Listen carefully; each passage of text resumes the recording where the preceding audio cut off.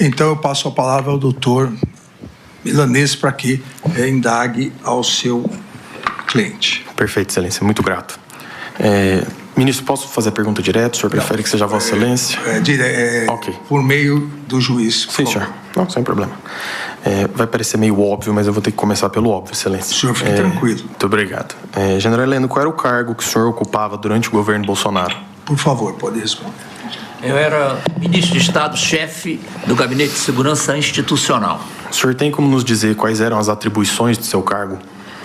Tinha várias atribuições, mas eu considerava duas como as mais relevantes.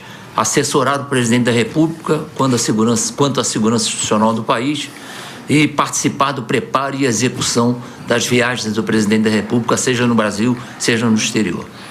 Perfeito. Aqui agora, entrando um pouco mais na denúncia do Procurador-Geral da República, no momento da reunião, a PGR fala dessa reunião ministerial do dia 5 de julho de 2022. O senhor se recorda dela? Sim. Perfeito. Nessa mesma reunião, o senhor disse que iria conversar com o então diretor-geral adjunto da ABIN, Vitor Carneiro, para que fosse realizado o acompanhamento das campanhas políticas na eleição presidencial de 2022. Isso está correto? Qual data, doutor? Desculpe. A reunião ministerial é de 5 de julho. Essa reunião ministerial. Isso. Pois não. É o que eu me referi. Por favor, general Heleno. Eu realmente conversei com o Vitor, que era, à época, o diretor interino da ABIN, para que fosse realizado um acompanhamento das campanhas presidenciais para a eleição do presidente da República, para não evitar que acontecesse o que já tinha acontecido com o presidente Bolsonaro, aquela facada em Juiz de Fora. Então eu considerava muito importante que houvesse uma colaboração entre todos os órgãos que tratavam de segurança nas diferentes cidades do Brasil, para que aquilo não voltasse a acontecer. Não é um acontecimento comum no Brasil, então eu não gostaria que aquilo voltasse a acontecer. Perfeito. O senhor sabe me dizer se havia algum tipo de planejamento estratégico à época para realizar esse acompanhamento? Sim, esse planejamento estratégico existia desde 1919 e era um trabalho conjunto entre TRE, as polícias militares, a Polícia Rodoviária Federal e a Polícia Federal. Sempre correu de forma límpida, cristalina, e a gente queria continuasse a ocorrer. Perfeito. Então, eu posso dizer que quando o senhor fala, quando o senhor está dizendo, abro aspas, nós vamos montar um esquema para acompanhar o que os dois lados estão fazendo.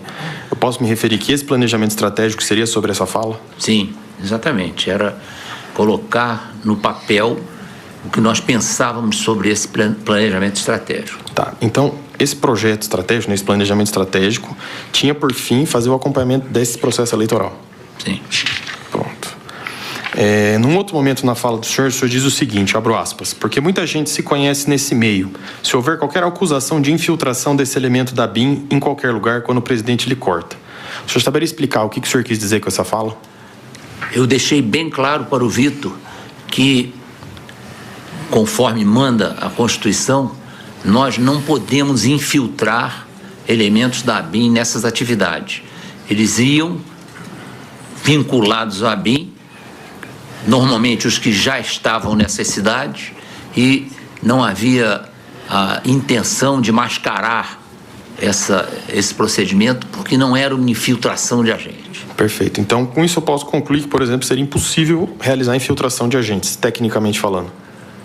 Pode ser até que, tecnicamente, podia se conseguir, mas com um prazo bem maior, que é um prazo que é utilizado, como a gente vê nessas reportagens do jornal, o prazo para infiltração é muito grande.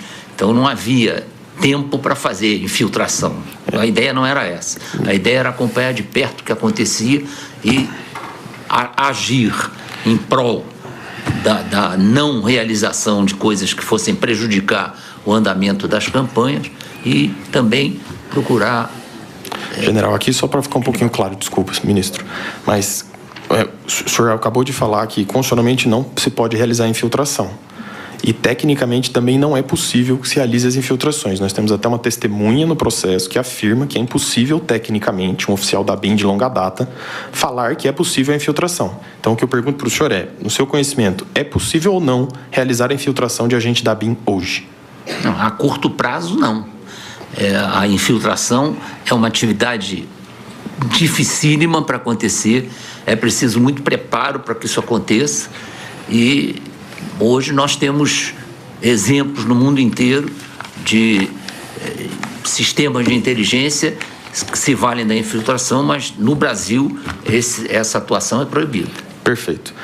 O senhor sabe informar se esse planejamento estratégico, nesse grupo, produzia algum tipo de relatório que era disseminado para outros órgãos? Sim, eram os relintes, o relatório de inteligência, que eram distribuídos para todas as agências do SISBIN. O SISBIN tem mais de 40 membros, era distribuído aos componentes do SISBIN e tratava exatamente dessa proteção da fonte. O senhor sabe dizer se, por exemplo, o TREs ou mesmo o TSE recebiam cópias desses relatórios? Sim, claro.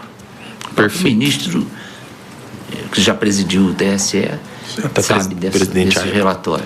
Perfeito. Mais à frente, general, até para clarificar as perguntas que o ministro iria fazer, o senhor diz a seguinte fala, e aqui abro aspas: não vai ter revisão do VAR. Então, o que tiver que ser feito, tem que ser feito antes das eleições. Se tiver que dar soco na mesa, é antes das eleições. Se tiver que virar a mesa, é antes das eleições, e fecho aspas. O senhor poderia esclarecer esse ponto? Essas duas palavras são usadas normalmente quando nós queremos caracterizar que precisa uma ação imediata, né? Não é nada que envolva urnas eletrônicas, é uma ideia transmitida na reunião ministerial, onde estava o presidente da República presidindo essa reunião, e eu fiz questão de dizer que me preocupava a situação que nós estávamos vivendo politicamente e que nós precisávamos agir antes que isso aí trouxesse maiores problemas para o sucesso das eleições. Ok. Então, quando o senhor fala virada de mesa e soco na mesa, o senhor está querendo dizer em sentido literal ou num sentido figurado? Não, sentido figurado, lógico. Pronto. Então, quando o senhor fala essas expressões, em algum momento o senhor quis dar a entender algum tipo de ação contrária à Constituição ou ao Estado Democrático de Direito? Não, de maneira nenhuma. Isso aí era uma ação dentro... É importante que o presidente Bolsonaro colocou que ia jogar dentro das 4 linhas. E eu segui isso aí religiosamente em todo o tempo que estive na presidência. Perfeito. Com relação a essa questão do não vai ter VAR, o senhor acredita que seria possível reverter o resultado das eleições após elas terem ocorrido? Não, isso aí é quase impossível. Perfeito. O senhor sabe informar, porventura, se à época já tinha saído um relatório do Ministério da Defesa sobre a confiabilidade e segurança das urnas?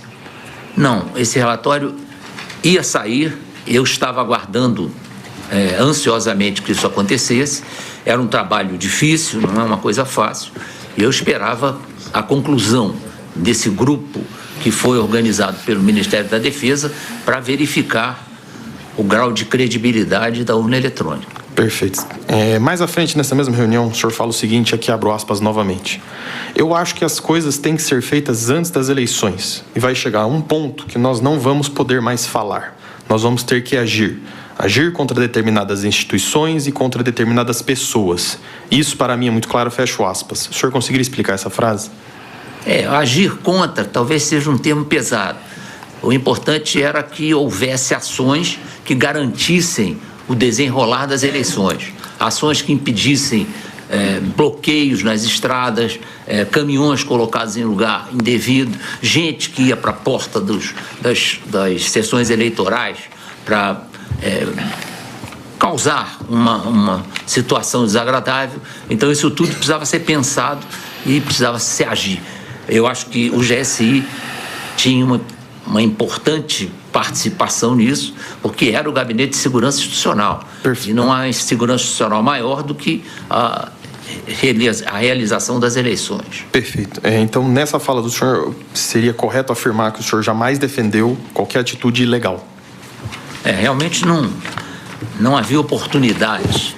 O próprio presidente, com a declaração dele, cortou essa possibilidade. Não, mas, general, vamos lá, só para deixar claro. O senhor, na sua fala, quis dar a entender para ser realizada alguma ação ilegal? Sim ou não? Não, lógico que não. Perfeito. Sobre essa reunião, houve algum tipo de, vamos assim dizer, desdobramento ou missão que o senhor teria passado ao Gabinete de Segurança Institucional?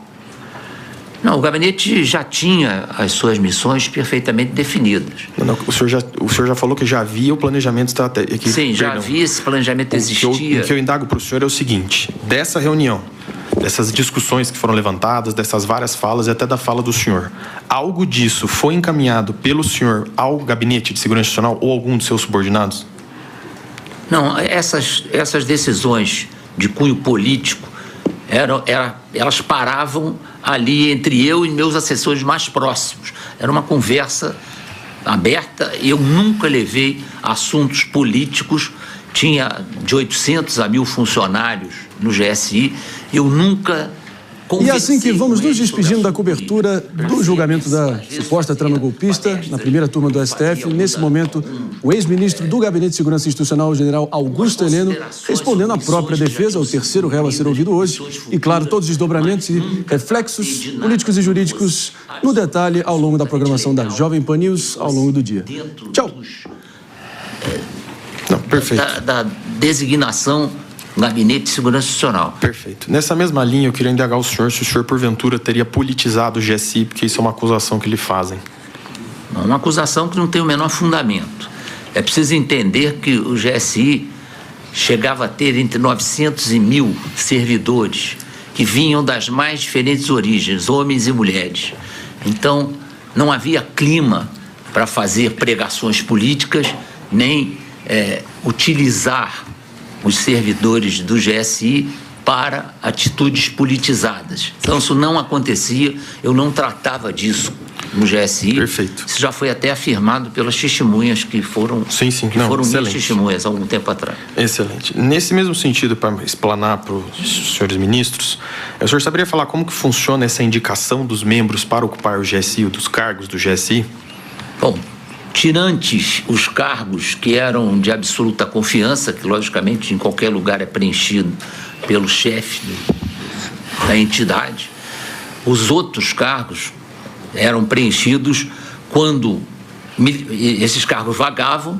Eu mandava um pedido para os diferentes órgãos solicitando que eles recompletassem os agentes que eram destinados a eles como instituições. Então, só para eu entender, então, por exemplo, se algum militar vinha da aeronáutica ou do exército ou da marinha, quando esse militar vagava, essa vaga era exposta novamente à força para indicar um substituto?